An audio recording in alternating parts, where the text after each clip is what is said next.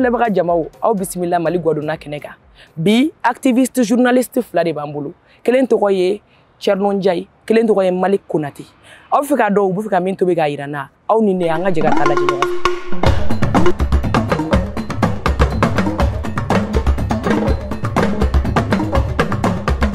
Voilà, ne tɔgɔ Thierno Ndiaye ni kunnafonidila ye ouverture média kan ni waati na mina dumuni mun dilan n kanubagaw ye o ye sɛ ani firiti et puis hali saladi.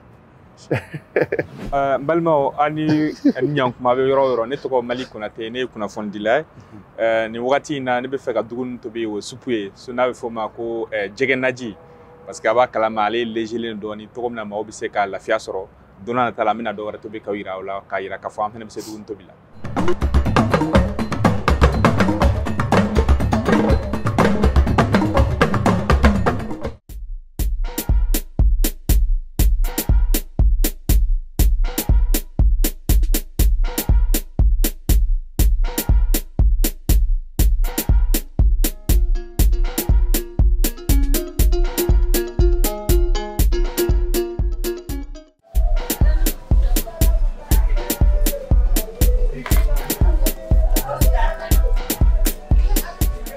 Naji, soupe quoi? Je pense que voilà, maintenant on tient quoi? Oui, les carottes, je vais prendre les carottes. Je pense qu'il y a des carottes ici. Ah, ok.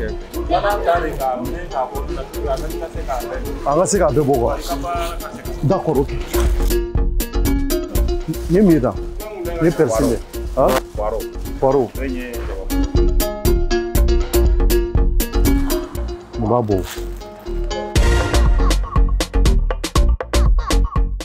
Ni sharia. Farafin sharia. Pourquoi ne bereta? Dolo.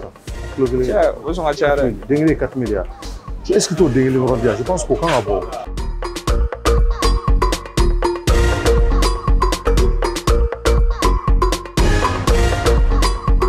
Pour faire poulet accompagné de frites avec la salade, je pense que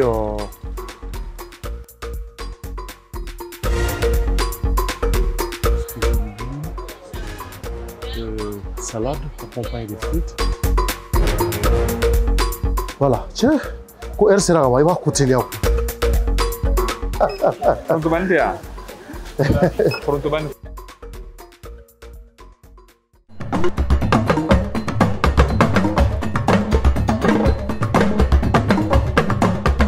Voilà, bon, on est sur la friti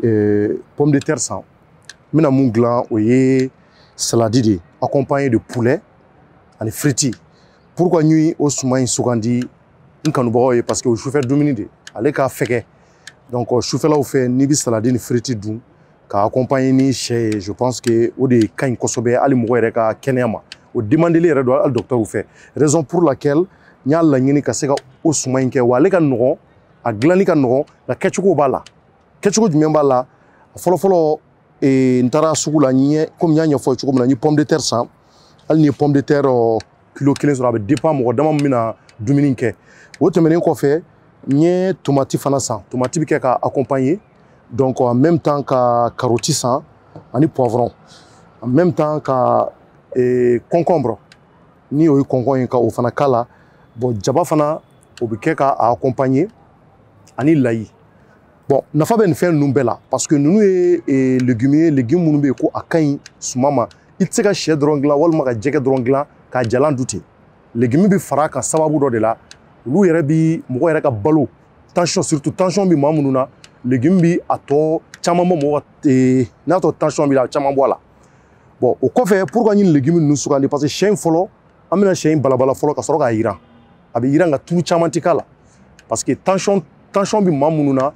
a yamaralen do olu ka sɛw de dun les volailles ou bien mun ye pentade ni o ye kami ye ani jɛgɛ nka n'i b'a a fɛn fasugu dilan i t'a tulu caya tulu tɛ caya ale la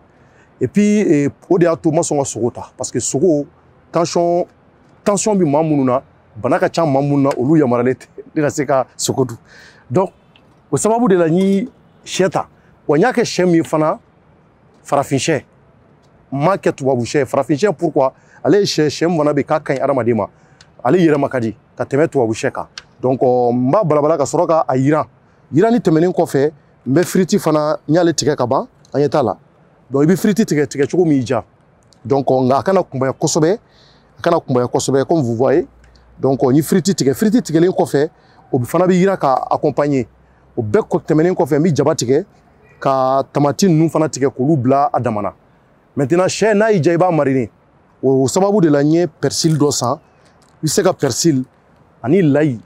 ka tulu dɔɔni k'a la a tɛ caya ani vinaigre ka a ɲagami dɔɔni o b'a to sɛ in a kolo bɛ faga n'i y'a o kɛ k'a mun k'a yiran a kolo bɛ faga kosɛbɛ donc hali n'i y'a dun komi n y'a ɲɛfɔ cogo min na dunni sababu de walasa a ba ka se ka yɛlɛma i kɔnɔ joona donc o bɛ kɛ sababu ye mun b'a to hali kɔnɔna bana ninnu i b'a fɔ furudimi a b'olu bɛɛ kɛlɛ ka bɔ mɔgɔ kɔnɔ donc o de la i ka layi k'a la ani ka fara persil kan c'est très important donc ni olu kɛra ka mariner tout de suite an bɛ sɔrɔ ka yirani kɔnɔ yirani mana ban entre temps jaba in kɔni olu kow ti caya an b'olu tigɛ ka vinaigre dɔɔni k'olu la ka u lamaga ka sɔrɔ k'o kɛ ka saladi de accompagner wa saladi bɛ ko kosɛbɛ saladi i b'ale ko kosɛbɛ ka a ɲɛ donc ka sɔrɔ ka a kɔni eau de javel ye surtout o de demandelen don hali an ka kɛnɛya baarakɛlaw fɛ parce que dumuni o dumuni bɛ yen k'a bɛ don maa kɔnɔbara la spécialement saladi parce que saladi ninnu ani légumes olu de ka teli ka typhoïde bila mɔgɔ la nka kocogo de b'u la o bɛ ko ni jumɛn ye o ye eau de javel de i b'u ko ni eau de javel ye surtout saladi yɛrɛ. Ok, Maliens, an bɔra sugu la nin y'a nalen guwa kɔnɔna n'a bɛ fɔ o ma ko cuisine donc an taara nafɛnw san komi an y'a fɔ cogo min na ko n bɛna naji de tobi bon naji tobili la an ye nafɛn minnu san an b'a daminɛ fɔlɔ ko n bɛ ka layi de tigɛ donc n ye layi san layi filɛ n ye layi komi layi la n ye den 2 ta o la donc n bɛ ka 1 de k'a la kɔfɛ n ye jaba fɛnɛ ta jabaden 5 ɲɔgɔn na komi naji don o fara n ye pomme de terre fɛnɛ ta pomme de terre la o m'o tigɛ k'o fɛnɛ k'a la comme ça maaw bɛ se k'o kini sanfɛ cogoya min na ka se k'o fɛnɛ dun donc n ye carotte den 3 san o fɛnɛ bɛ k'a la o carotte den 3 fɛnɛ bɛ k'a la en même temps n ye poivron 1 san n b'o fɛnɛ k'a la bon nin ye gɔyɔ ye i bɛ taa sɔrɔ duguni sanfɛ maaw dɔw fɛnɛ bɛ gɔyɔ dun n y'o fɛnɛ san chou-pomme n ye chou-pomme 1 fɛnɛ san o chou-pomme 1 na n y'o tilarɔma 4 ye o tilarɔma 4 na n bɛ tilarɔma 2 k'a la o kɔfɛ n ye tamati fɛnɛ san komi a b'a kalama naji don bon naji la a bɛ se ka kɛ naji jɛman ye komi a bɛ se ka kɛ bilenman ye donc n'i bɛ fɛ ka kɛ bilenman ye a ma se i ka tomati ni fɛn ninnu k'a la cogo min na parce que tamati ninnu bɛ kɛ sababu ye ka se ka a kolo ɲɛ bilen ale ni lɔgɔti ninnu donc n ye tamati san k'o k'a la parce que n bɛna kɛ ɲɛ bilenman ye donc n ye aubergine fɛnɛ san n y'o 1 fɛnɛ san n bɛna o fɛnɛ k'a la bon n ye aw yɛrɛ ɲuman ko fɛfɛ mugu n ye poivre mugu sunbala mugu san ka poivre mugu fɛnɛ san o fɛnɛ kɔfɛ ani épices min fɛnɛ bɛ kɛ n'a bɛ ka duguni kasa ja ni maaw bɛ duguni don a kasa nɔfɛ n y'olu fɛnɛ san ka taa fara n ye forontobani ɲini ma forontobani sɔrɔ donc n ye foronto mugu fɛnɛ san n ye persil fɛnɛ san persil fɛnɛ bɛ n bolo yan nɔ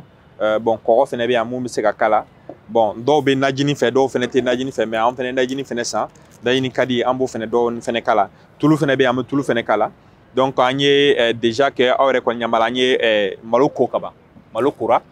an ye malo kilo 1 ɲɔgɔnna san comme ça an bɛn'o tobi maaw bɛn'o dun donc ni ji an bɛn'o k'o la o kɔfɛ an bɛ sɔrɔ ka na taa an ye pour que ka se ka nan yɛrɛ ja an ye fɛn min san ka k'a la o ye manɔgɔ naji fɛnɛ ka di kojugu mais komi a kan ka ko ka jɛ donc n ma bugunijɛ sɔrɔ n ye citronnelle de k'a la n'o ye lemurukumuni n y'o k'a la k'a bila kɛrɛfɛ kɔrɔ après n bɛ sɔrɔ ka ko k'o fɛnɛ kɛ k'a tobi n'o ye donc en quelque sorte o de ye nin ye mais an b'a fɔ aw kan bɛn sɔɔni dɔrɔn parce que a bɛna mɔn n'a mɔnna an bɛɛ bɛna ɲɔgɔn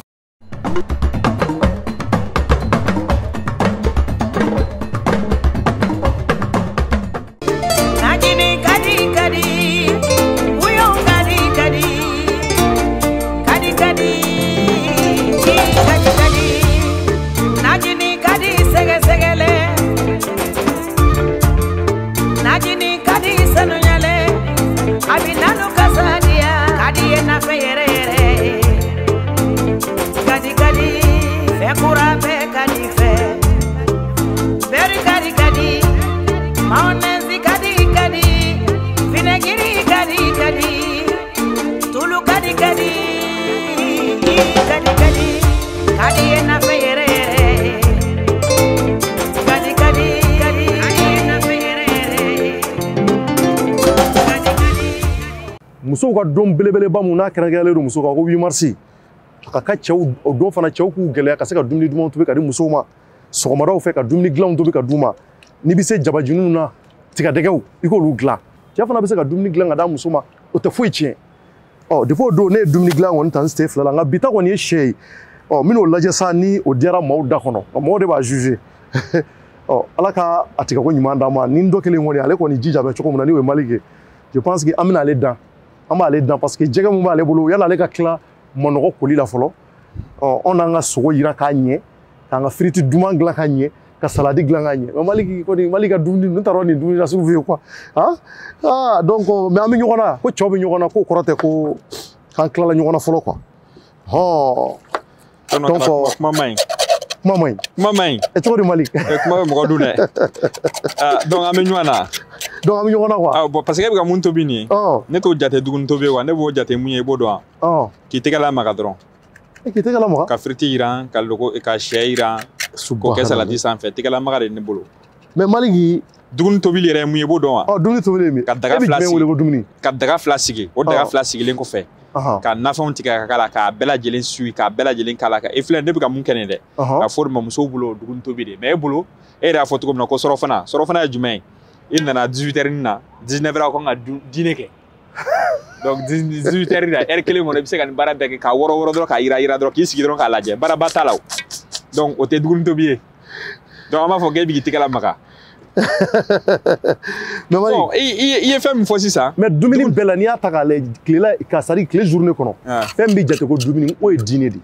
surafana de ye dumuni yɛrɛ yɛrɛ ye bon Thierno surafana de ye dumuni ye o ayisa ne ma fina ko surafana ayisa Thierno ne ma fɔ surafana tɛ dumuni nafa bɛ nin na dɛ nafa jumɛn bɛ nin na ni ma nin dun e bɛ tigɛ cogo di hali taara dɔ sɔrɔ u bɛ mun f'i k'i ka dumuni kɛ ni banabagatɔ banana a bɛ mun fɔ an na mais dumuni bɛ tɛmɛ sɛ kan ala dumuni jɔ sa Thierno n bɛna ɲɛf'i ɲɛna de n'i taara dɔgɔtɔrɔso la dɔgɔtɔrɔ min fɔ k'a ye dumuni tobi k'a di banabagatɔ ma a ka dumuni tobi kosɛbɛ a ka dumuni kɛ o tɛ fɔ wa o bɛ fɔ bon en même temps e mana taa fan o fan ne bɛ ka mun tobi nin maaw bɛ mun fɔ ko awa n ye dɔn in dun n ye dun mɛ kini ni nege bɛ na parce que o jɔyɔrɔ bɛ yen i mana taa diɲɛ fan o fan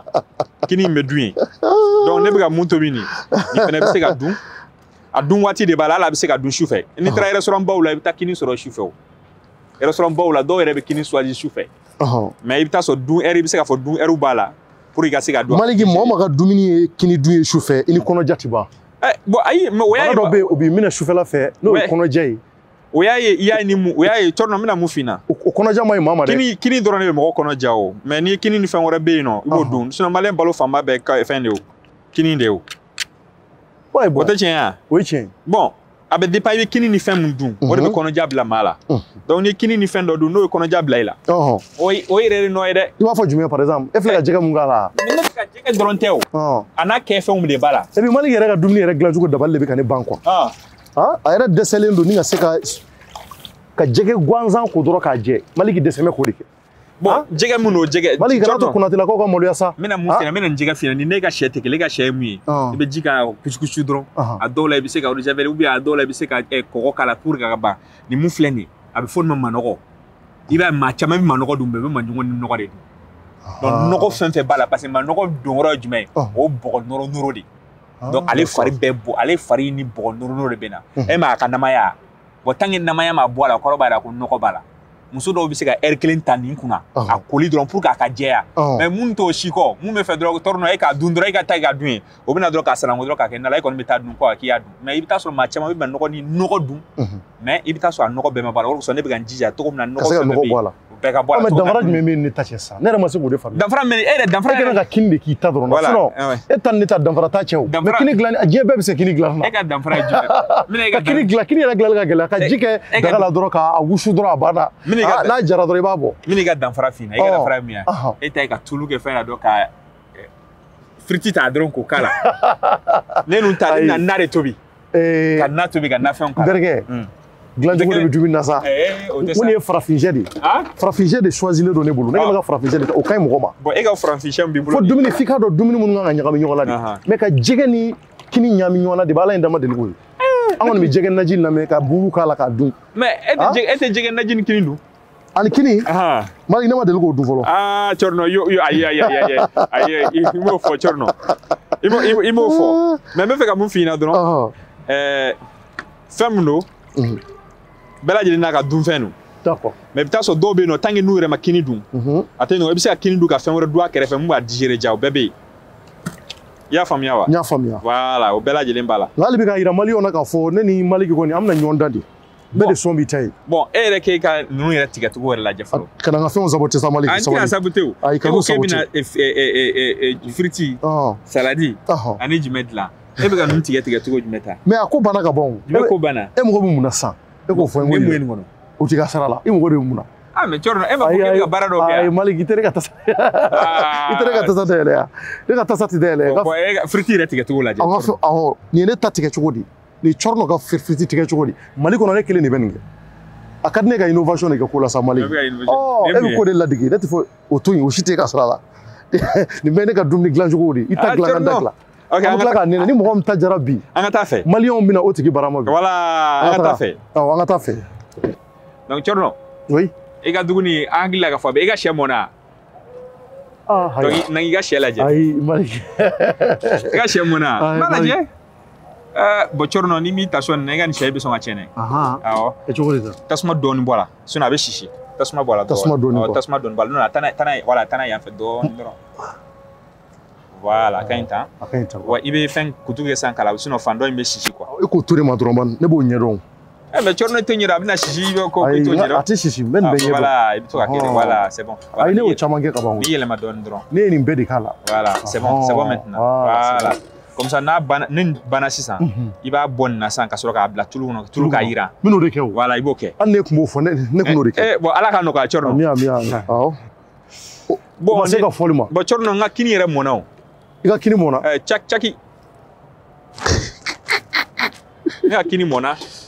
A lajɛ kɛ. A lajɛ. A minɛ i ka tigɛ i tigɛ la i bɛ. A lajɛ fa bɛ nɔɔni. Ala a bɛ fɔ nin ma ko kini mɔnna. N'ale Mali. Non Mali nin kɛra seri ye. Ko seri wa? Sera nin kɛra seri ye. A bɛ fɔ nin ma ko kini mɔnna. Mali kini man kan nɔɔni sa. A walawalali lajɛ. A walawalali lajɛ ko a nɔɔni. Kini walawalali lajɛ.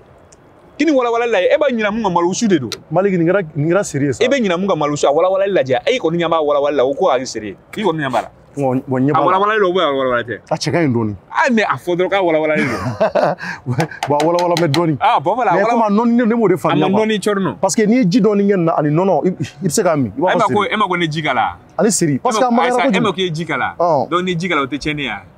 Ka tiɲɛni cogo di? Est-ce que ji kan ka k'a la? Mais a nɔɔni na o est-ce que nin kan ka kɛ malo la? Bon a ma nɔɔni ne bɛ k'o f'i ɲɛna a minɛ k'a lajɛ a walawalali tɛ nin ye wa? N'an k'ale ta. E yɛrɛ kɔni sɔnna ya Thierno yɛrɛ tɛ ka ɲɛ o parce que a b'a dɔn a ka di. A tobira cogo min na. Non nin ma ja Mali. Thierno n b'a dɔn e bɛ sɔn ka nin ta ka i ta in to yen. Nin ma ja fiyewu. Ayiwa ala ka ɲɛ ka dafa. Ami. Balimaw ne tɔgɔ Mali Konate ne ye kunnafonidila ye. N ka cakɛyɔrɔ bɛnnen don Hɔrɔn TV ma n'o ye agence Macom ye. An ka agence in créera 2017. A ka baara bɛnnen mun ma o de ye communication digitale ye ka se ka maaw dɛmɛ bɔlɔlɔ sanfɛla la ka se k'u ka kunnafoniya di o sanfɛ ani fɛnɛ ka maaw dɛmɛ k'u ka promotion kɛ kunnafoniya réseaux sociaux sanfɛ n'an b'a fɔ o ma bɔlɔlɔ sanfɛla la.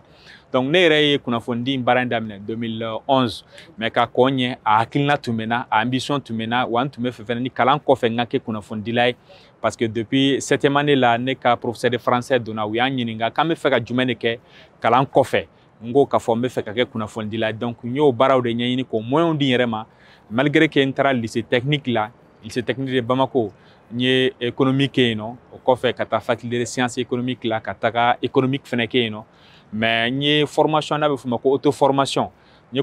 formation dɔ kɛ Bamako yan ka dɔ kɛ Burkina Faso ka dɔ kɛ Faransi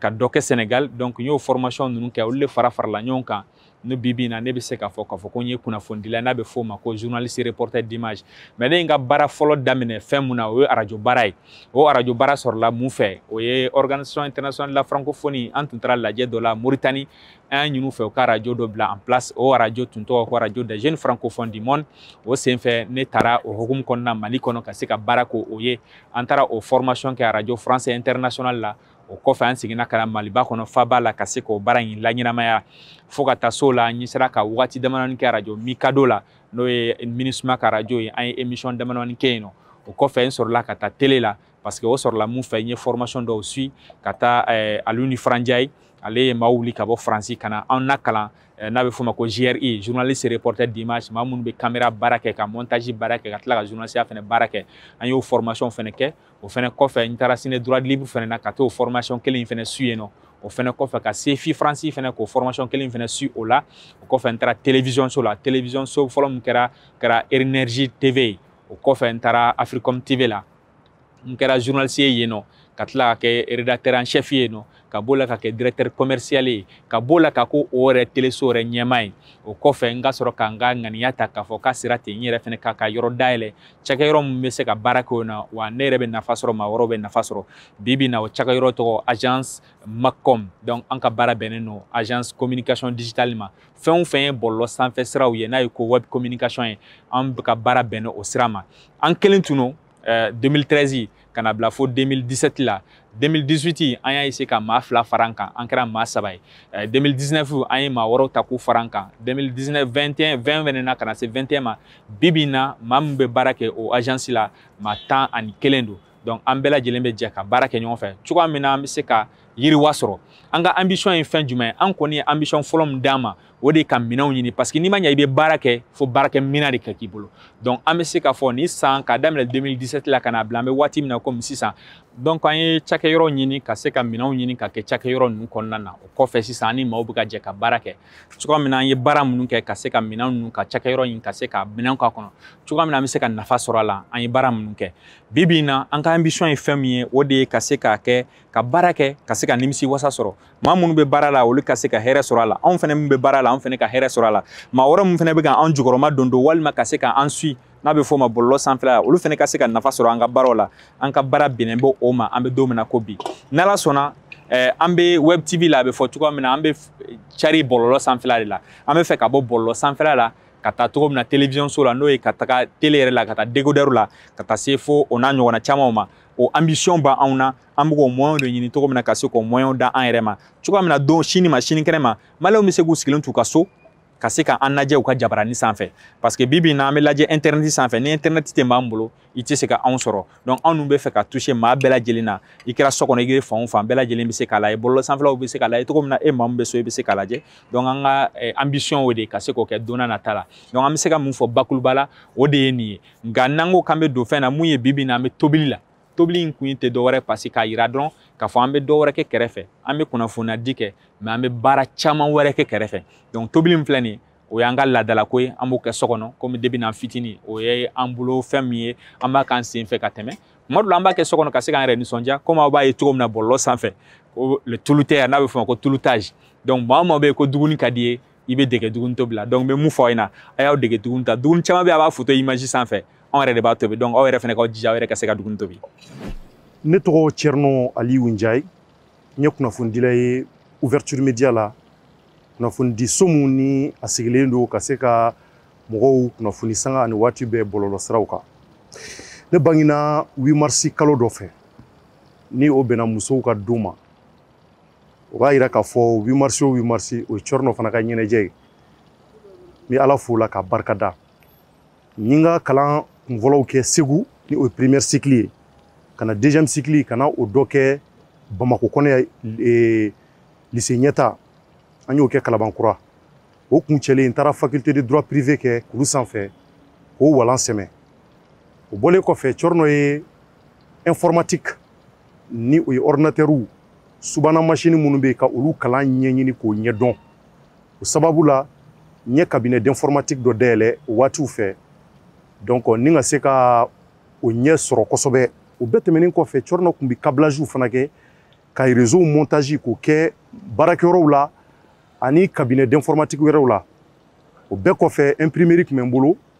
n bɛ fɛn caman kɛ yen mun ye mariage carte ye ka olu imprimer mun ye n bɔ o domaine kɔnɔ n nana n t'o de la don dɔ la Ala nana kɛ vagabonds nana an ka yɔrɔw kari baarakɛyɔrɔ fɛn fɛn tun b'a yɔrɔ la u tɛgɛ sera a yɔrɔ caman ma ka tiɲɛniw kɛ o hokumu kɔnɔ n ye tiɲɛni caman sɔrɔ o kɔnɔ mun ye n fari faga kosɛbɛ informatique baara la o bɛɛ tɛmɛnen kɔfɛ n terikɛ dɔ tun bɛ yen o waati la o y'a sɔrɔ la n kun bɛ VTS la institut VTS la pour que ka la gestion des ressources humaines adamadenw kɛcogo ka se ka o kalan kɛ n bɛ VTS baarakɛlaw fo k'u waleɲuman na directeur ni o ye Bubasi ninnu b'u bɛɛ fo k'u waleɲuman dɔn ale de sababu y'a to ka courage donna walasa an ka se ka mun ye gestion des ressources humaines n ka se k'o kalan kɛ ka fara n ka dɔnniyaw kan n ɲɛ t'o de la ala y'a kɛ n kun bɛ mɔgɔw degedegeli minnu kɛ ordinateur la ni artistes nana don ɲɔgɔn na o fɔlɔfɔlɔ kɛra Jelika Jawara ale y'an ka Mali artiste ba dɔ ye n'ale nana don ɲɔgɔn na o waatiw la ko n ka k'a ka manager ye o y'a sɔrɔ n t'o domaine dɔn n commencera ka intéresser o domaine na o bɛɛ y'a sɔrɔ la n kun b'a la ka mun ye gestion des ressources humaines ye k'o kalan kɛ Institut Vitesse la mais n commencera ka don artistes ka domaine na dɔɔni comédiens film tournénaw an kun bɛ voyager n'u ye ka taa n'u ye jamanaw kɔ kan ka taa n'u ye Côte d'Ivoire Burkina ninnu en même temps ne kun bɛ taa ni n ka appareil in fɛ dugu ninnu na n kun bɛ documentaire kɛ parce que ala y'a kɛ o baara sababu la n ye Mali dugu caman dɔn Mopti maraw Gao maraw Tombouctou Kidal fo ka taa se Yiwaru fo ka taa se Dialoubé fo ka taa se mun ye Goura Bozo ninnu ani Waladɔ n y'olu découvertes bɛɛ kɛ o domaine san o san ne kɔni tun bɛ nin voyage baw labɛn ni artistes ye n ka appareil la n kun bɛ don a domaine na ka documentaire kɛ dugu ninnu maliyɛn minnu sigilen bɛ u bɛ dekun jumɛn na u bɛ balo cogo di a kɛra sababu ye n y'o domaine caman dɔn Buba ko ma don dɔ la ko Cɔrɔnɔ anw b'a la ka agence dɔ dayɛlɛ presse b'a la fo ka taa se imprimerie ni fɛn caman ma mais j'ai constaté vraiment que talent b'i la communication domaine na n ko cogo di Buba ko ma n'i sigilen don yɔrɔw la an b'a ye k'a fɔ n'i bɛ kumaw ɲɛfɔ ko minnu kɛra maaw bɛ koli u bɛ lajɛ c'est passionnant ni e bɛ ka expliquer surtout en bambara donc j'aimerais que vraiment an bɛ ka baarakɛyɔrɔ min dayɛlɛ n'a tɔgɔ ko ouverture bɛ diya i fana ka don a la i ka na baara la o tɛ kow tiɲɛ n ko baasi t'a la nka a ti ɲɛ fiyewu fo n ka formation dɔ kɛ o domaine fana kan n'o ye communication et journalisme malgré que n kun bɛ ka mun ye la gestion des ressources humaines n b'a la ko kalan kɛ Institut Vitesse la o sababu la n sera ka don o domaine fana kɔnɔ ka communication walan fana kɛ k'o ɲɛdɔn o bɛɛ tɛmɛnen kɔfɛ an nana ye k'a fɔ mun ye ouverture média a baaraw daminɛna Cɔrɔnɔ ka baara kunfɔlɔw ne ye n ka tournage fɔlɔw daminɛ ni o émission fɔlɔfɔlɔ kun tɔgɔ ye sans tabou ka n ka talent lajɛ est ce que talent jumɛn bɛ ne na n ka domaine kɔnɔ voilà donc o bɛɛ tɛmɛnen kɔfɛ ka bɔ yen n commencera sisan ni ka se ka jɛmukan in ka n sigi ka miiri k'a fɔ n bɛ fɛ hali bi jɛmukan in barika ka don a la fanga ka don a la ka dɔn ka a jɛmukan ni o ye sans tabou concept ye o kun tɛ dɔwɛrɛ ye ka taa tɔgɔtigi minnu bɛ yen ko ŋunuŋunukanw b'u kan ni o ye rumeur ye ka taa sun kɔrɔ ka t'u ɲininka maaw bɛ k'a fɔ ko nin kɛra nin kɛra nin kɛra tari kumakan ninnu bɛ cogo di a concept kun ye donc directement ni jɛmukan in sans tabou o de kɛra n ka baara kunfɔlɔ ye ouverture média la k'o yɛlɛma ka sɔrɔ ka a kɛ bamanankan ye donc directement n sera ka an ka Mali tɔgɔtigi damadɔw sɔrɔ o la o baaraw hokumu kɔnɔ ala nana kɛ k'a fɔ Cɔrɔnɔ nana lakodɔn a ka baara fɛ n ye dɔ fara cɛsiri kan kosɛbɛ nka laɲini wɛrɛ kun tɛ ne na o ye ka se ka kunnafoni fɛn fɛn bɛ yen k'a bɛ Mali kɔnɔ an ka se k'an cɛsiri a fɛ cogo na sugu bɛɛ la ka se ka hakika di mɔgɔw ma ka mɔgɔw bɔ kunpan na donc n nana n to sans tabou kɔnɔ fo ka na n sigi k'a lajɛ k'a fɔ n ko n bɛna jɛmukan wɛrɛ kɛ n bɛna mun kɛ diɲɛ don o don o jɛmukan ni k'o tɔgɔ da Thierno Decrypte o ye diɲɛ don o don n y'a jateminɛ kunnafoni dɔ bɛ kɛ jamana kɔnɔ fɛn dɔ kɔni bɛ hali n'a kɛra fɛn fitinin ye o bɛ kɛ jamana kɔnɔ a hokumu na n bɛ gɛrɛ doyenw na minnu ye journalisme kalan kɔrɔw kɛ ka tɛmɛ n bɛ to ka gɛrɛ kɔrɔ caman na k'u ɲininka u bɛ n bilasira défaut minnu bɛ n ka baara la ka se ka olu bɔ a la walasa n fana bɛ se ka fɛn caman faamuya baara in kɔnɔ n ka baara hokumu kɔnɔ n sera ka ɲɛli caman kɛ jamana kɔnɔ au contraire tiɲɛni ka dɔgɔ a la nka ɲɛni caman kɛra hali tiɲɛni fitinin minnu kɛra olu kɛra sababu ye n ye faamuyali caman sɔrɔ n ka baara hokumu kɔnɔ o sababu la Cɔrɔnɔ ye trophée caman sɔrɔ a ka san damadɔ baara kɔnɔ trophée 7 san kelen kɔnɔ n sera k'o sɔrɔ trophée laban mun ye o sɔrɔ o kɛra African Talent Award la Côte d'Ivoire.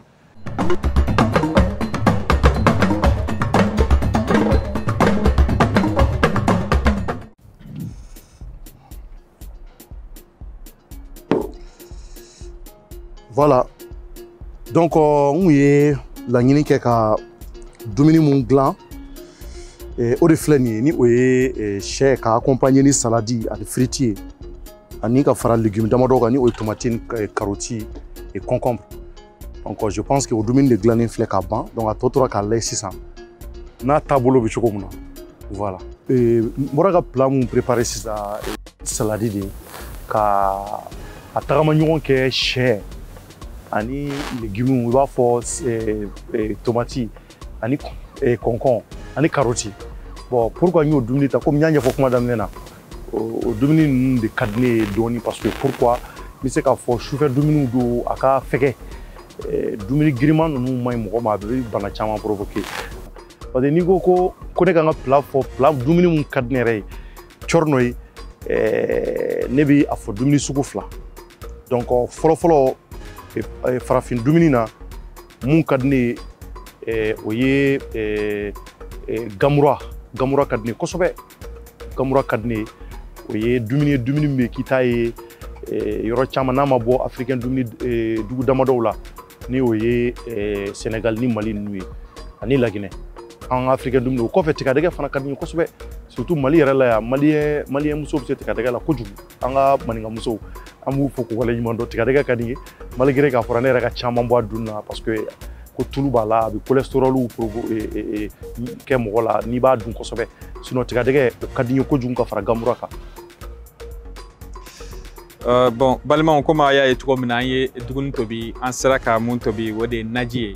naji jɛgɛ kɛnɛlama ani kini ni kini mɔna ka ban mais kini min fɛnɛ don a b'a ye k'a fɔ malo wusu don an y'a dabɔ a kama parce que ale magaya ka magan wa a dun fɛnɛ ka di ale de filɛ nin ye naji ye bon an ye naji min kala komi aw yɛrɛ ɲamara cogoya min na nin ye naji ye jɛgɛ kɛnɛ naji don wa fɛn min fɛnɛ don ale ni kini u taa ɲɔgɔn ye wa a dun ka di a dundala fɛnɛ ka di je crois que ni maaw y'a dun u bɛna apprécier n ye plat min tobi a bɛ fɔ o ma ko naji n ye naji tobi ka se ka a kɛ kini na bon n ye naji min tobi n m'a kɛ naji dulenba ye parce que dulen ka di dɔw ye wa dɔw fɛnɛ bɛ yen nɔ mun fɛnɛ bɛ yen nɔ k'a fɔ k'a dulen tɛ o fɛnɛ ka di dɔw ye ani fɛnɛ n ye naji min tobi ɲɛ bilenman don i bɛ taa sɔrɔ ɲɛ bilenman min fɛnɛ bilenman cɔri tɛ parce que naji bilenman cɔri bɛ yen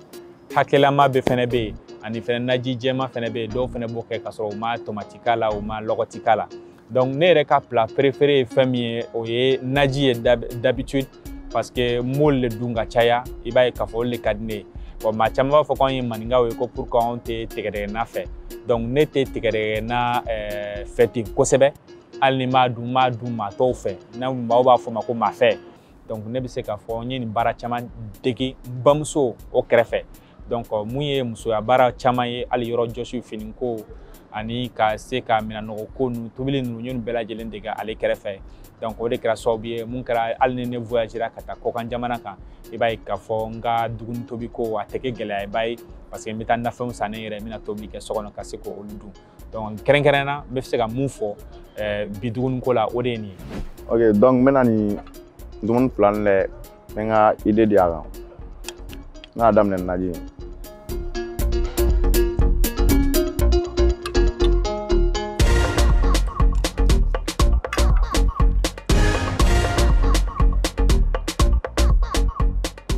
Donc n ye kini ye sisan n bɛna nin fana nɛnɛ sisan.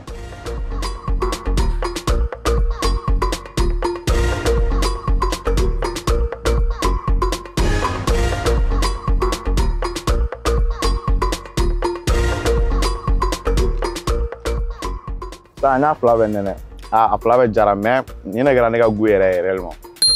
sɛ n kɛra n ka goût ye. Mali ka plat kɔni cɛ a kɔni ye plat in kɛ naji juru janba ye kini in kɔni i b'a fɔ ko seri n t'a sira fɛ nka bɔn bɛɛ n'i ka choix tɛ a kɔni ɲɛ bɛ jɛgɛ a taara manɔgɔ belebele dɔ ta ka k'o la manɔgɔ yɛrɛ kun nɔgɔlen don kojugu ne yɛrɛ t'a dɔn maa bɛ n'i bɛ nin naji fasugu dilan i bɛ taa bajɛgɛ de ta ka k'a la bajɛgɛ de ka di nin nafa fasugu la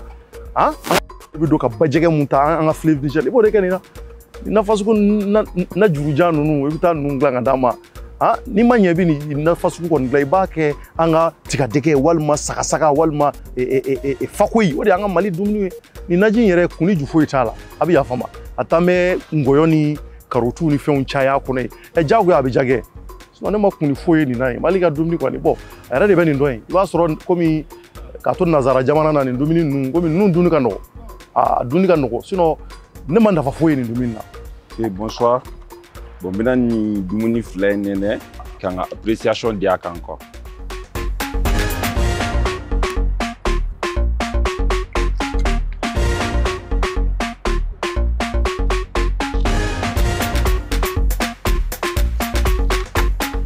N'a fila bɛ nɛnɛ a fila bɛ ka di mais goût bɛ na ne da parce que malo in na a ka makan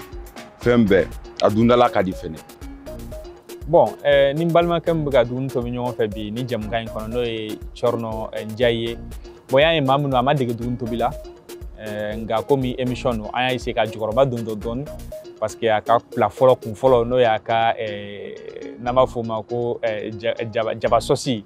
o sisira a bolo. Donc an seginna kan ka se k'o labɛn k'o latilen a bolo. O kɔfɛ fɛnɛ an balima musolaka minnu fɛnɛ bɛ yan 3 fɛnɛ tun bɛ yan ka se ka fara an kan. Olu bɛɛ lajɛlen sera k'i tɛgɛ don Cɔrnɔ kɔrɔ cogoya min na a bɛ se ka a ka sɛ in ka se k'a tobi sɛ in bɛ se ka ɲa parce que sɛ in fɛnɛ tun bɛna tiɲɛ sɛ in tun bɛna sisi ka b'o fɛnɛ na an b'a ye k'a fɔ hali kɔnkɔburu yɛrɛ dilanni an y'a ye k'a fɔ a tɛ se o yɛrɛ la o mun ye baara nɔgɔ ye k'a wɔrɔ dɔrɔn k'a kɛ assiette kɔnɔ ka sɔsini dilan ka k'a la an y'a ye k'a fɔ a mɛnna o fɛnɛ dara fo maaw nana dɛmɛ cogo min na o fɛnɛ ka kɛ nka fɛn min don deginnan de don i bɛ taa sɔrɔ Cɔrnɔ ale ma dege a la mais i bɛ taa sɔrɔ dɔɔni don mais quand même n kɔni ye mun na kɔlɔsi a la fɔli ko ɲuman cɛ ɲumanin na a bɛ se o la a b'a dɔn nin dumunifɛn in nin yiriden in nafa ye nin nafa ye nin fruit nafa ye nin nafa ye a b'olu bɛɛ lajɛlen dɔn wa a b'a dɔn nin mais a dilan cogoya n'o y'a baara ye an b'a ye k'a fɔ o ka gɛlɛ a ma donc je crois que madame yɛrɛ bɛna dege olu la parce que madame yɛrɛ tun bɛ kɛnɛ kan yan. Sisan an bɛna nin dumuni fila nɛnɛ k'a lajɛ u fila la mun ka di gu bɛ mun na n bɛna commencer ka kini nɛnɛ.